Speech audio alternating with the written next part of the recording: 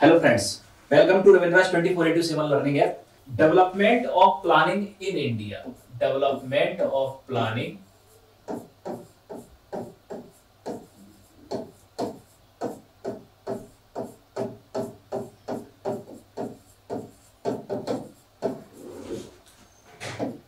in India.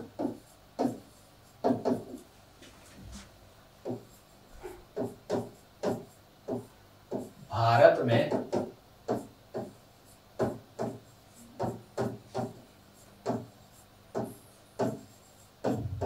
नियोजन का विकास।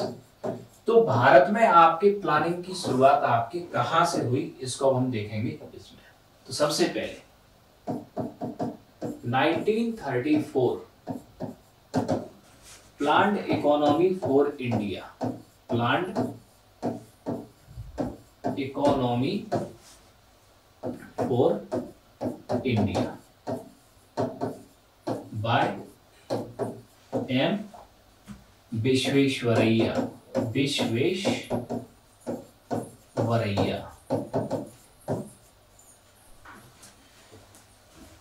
Note करो इसे।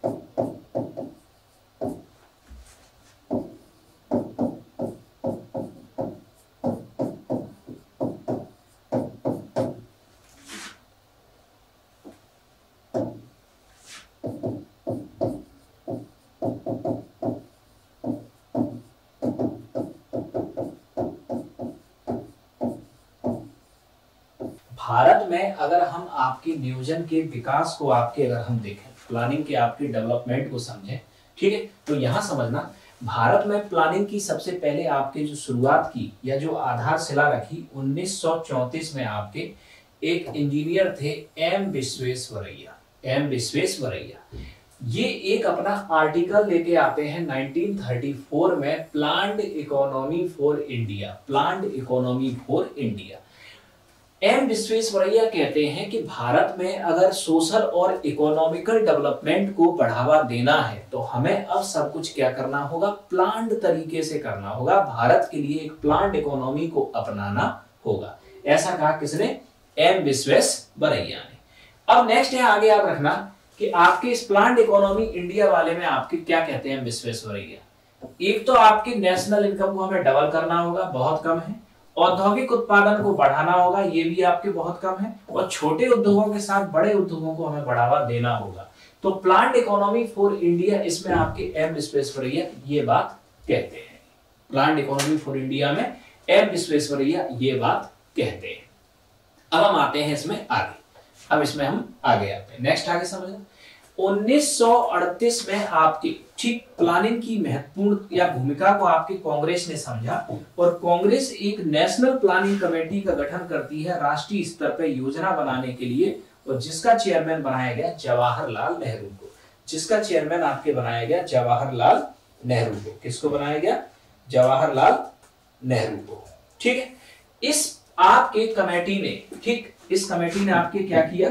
देश की इकोनॉमिक प्रॉब्लम की स्टडी की, देश की इकोनॉमिक प्रॉब्लम्स की स्टडी की, इकोनॉमिक प्रॉब्लम्स की स्टडी की, देश की इकोनॉमिक प्रॉब्लम्स की स्टडी की इस कमेटी ने। इस कमेटी ने देश की इकोनॉमिक प्रॉब्लम्स की स्टडी की।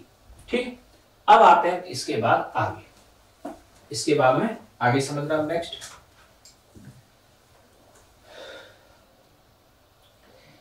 तो 1934 के बाद 1938। अब 1938 के बाद प्लानिंग के संदर्भ में आपके जो अगला डेवलपमेंट आपके हुआ, ठीक है, 1944 में आपके बंबई के आपके 8 बड़े उद्योगपति, बंबई के आपके 8 बड़े उद्योगपति, ठीक, एक बॉम्बे प्लान लेके आते हैं 1944 में। कौन सा प्लान? 1944 में बॉम्बे प्लान। ये जो आपके बॉम्बे प्लान था, बॉम्बे प्लान, इसको लेके आए थे कौन? By 8 industrialist of Bombay. Bambai के 8 बड़े उद्योगपति, 8 इंडस्ट्रियलिस्ट ऑफ बॉम्बे। तो बंबई के जो आपके 8 बड़े उद्योगपति थे, ये लेके आए आपके कौन सा प्लान? बॉम्बे प्लान। अब बॉम्बे प्लान की अब अगर हम आपकी बात करें, किसकी बात करें? बॉम्बे प्लान की अब अगर हम आपके क्या करें? बात करें। ठीक है, तो इसमें आपके बॉम्बे प्लान में आपके फोकस किस पे किया गया? ठीक, बॉम्बे प्लान में आपके फोकस किया गया एग्रीकल्चर सेक्टर में रिफॉर्म, एग्रीकल्चर सेक्टर में रिफॉर्म। ठीक है, इसके बाद दूसरा आपके क्या किया गया? एग्रीकल्चर सेक्टर में रिफॉर्म के बाद कोर या बेसिक इंडस्ट्रीज को बढ़ावा देना, कोर या बेसिक इंडस्ट्रीज को, कोर या बेसिक इंडस्ट्रीज को बढ़ावा देना। और इसके बाद में आपके आगे क्या करना? कोर या बेसिक इंडस्ट्रीज के बाद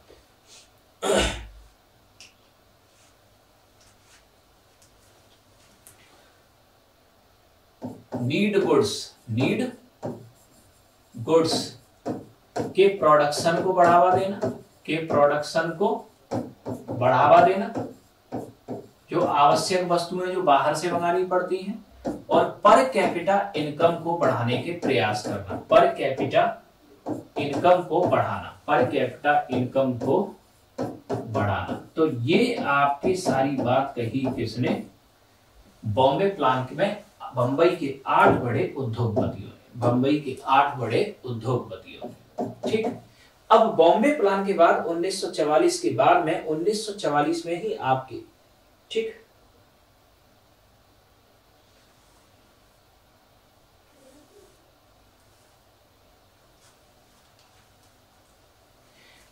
एक गांधीयन प्लान आता है। 1944 में ही आपके आता है एक गांधीयन प्लान, गांधीयन प्लान।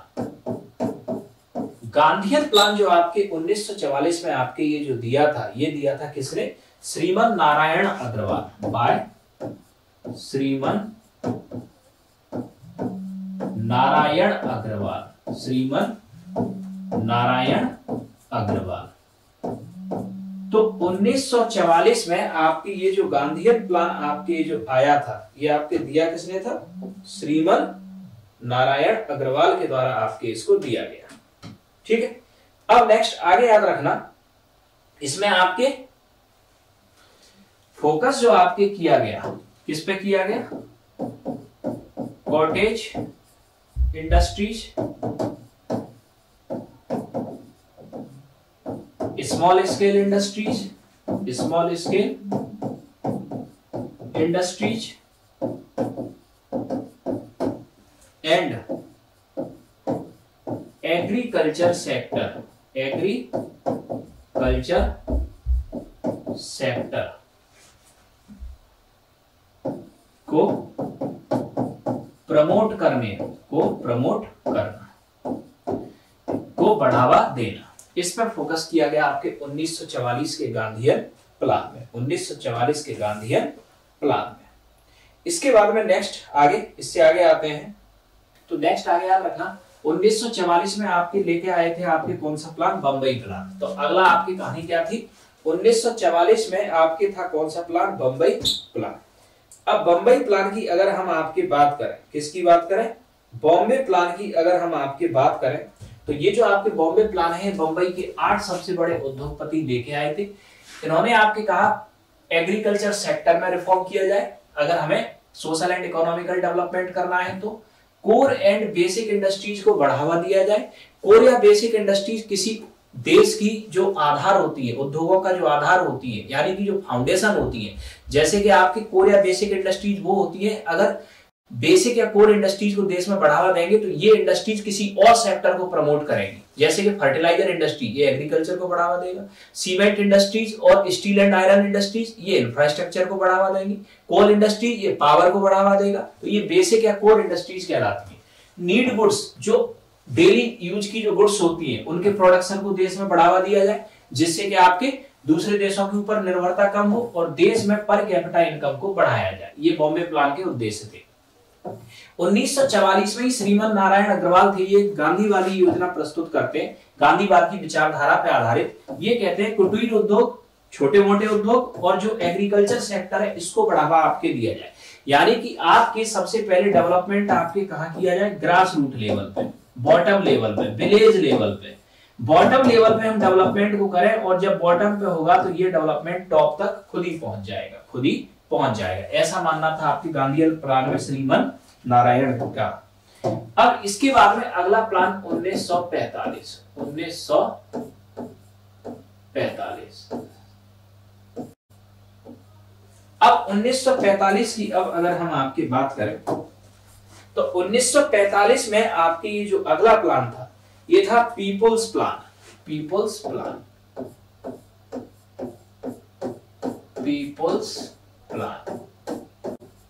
ये आपके प्लान दिया किसने था, by M N. Roy, by M N. Roy.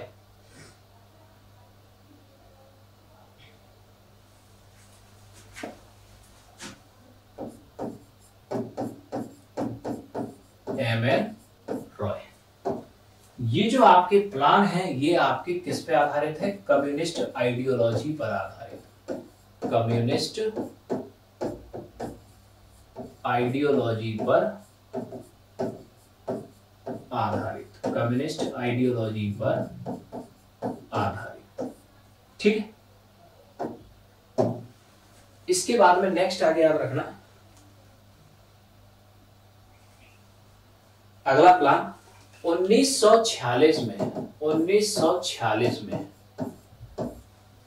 Planning advisory committee, planning advisory committee का गठन किया गया, प्लानिंग एडवाइजरी कमेटी, नियोजन सलाहकारी समिति, नियोजन सलाहकारी समिति, सलाहकारी समिति। तो 1946 में प्लानिंग एडवाइजरी कमेटी, नियोजन सलाहकारी समिति का गठन किया गया। पहला तो आपके रहा, ठीक है। अब ये जो आपकी कमेटी थी इसके चेयरमैन थे कौन, केसी नियोगी। चेयरमैन कौन थे, केसी नियोगी। पहला तो याद रखना। दूसरा, इसी कमेटी की सिफारिश पर, इसी कमेटी या केसी नियोगी की सिफारिश पर, केसी नियोगी की सिफारिश यानी कि रिकमेंडेशन पर, केसी नियोगी की रिकमेंडेशन पर, रिकमेंडेशन पर इंडिया में प्लानिंग कमीशन का गठन किया गया। इंडिया में प्लानिंग कमीशन का गठन किया गया, प्लानिंग कमीशन का गठन किया गया, किया ठीक। अब यहां याद रखना प्लानिंग कमीशन का गठन कब हुआ? 1950। योजना आयोग का गठन, तो प्लानिंग से संबंधित प्लानिंग कमीशन का गठन या योजना आयोग, प्लानिंग कमीशन का गठन कब किया गया? 1950 में। प्लानिंग किसकी सिफारिश पर? केसी नियोगी समिति की सिफारिश पर प्लानिंग कमीशन का गठन।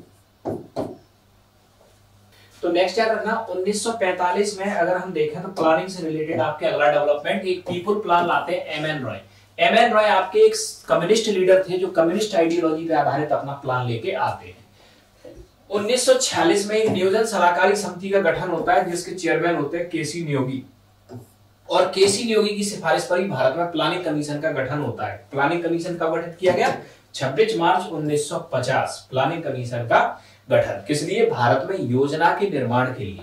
केसी नियोगी समिति या प्लानिंग एडवाइजरी कमेटी ने सबसे पहले सिफारिश दी थी कि भारत में आपके केंद्रीय स्तर पर आपके योजना बनाने वाली एक संस्था होनी चाहिए जो पूरे देश के रिसोर्सेज का इवैल्यूएशन करके पूरे देश के लिए एक इंटीग्रेटेड प्लान बना सके। यह सिफारिश केसी नियोगी कमेटी या प्लानिंग एडवाइजरी कमेटी ने ही आपके क्या थी? की थी। अब इसके बाद में नेक्स्ट 1950 में याद रखना 1950 में ही आपके एक आता है सर्वोदय प्लान। 1950 में आपके कौन सा प्लान आता है?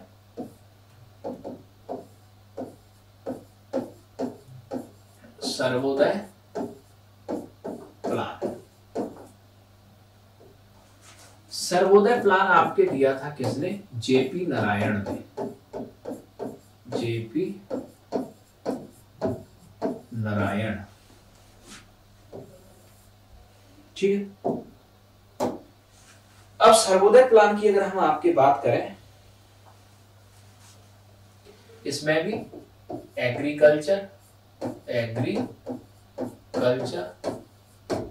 कॉटेज इंडस्ट्रीज, कॉटेज कुटीर उद्योग, cottage industries, small scale industries, small scale industries पर फोकस किया गया, पर फोकस किया गया, ठीक है। अब नेक्स्ट सर्वोदय प्लान।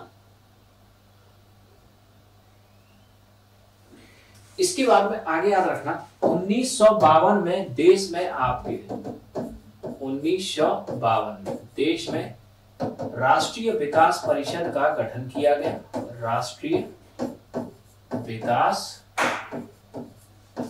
परिषद, राष्ट्रीय विकास परिषद, national development council, national development council, national development council, इसी को ही हम कहते थे एनडीसी, एनडीसी का गठन।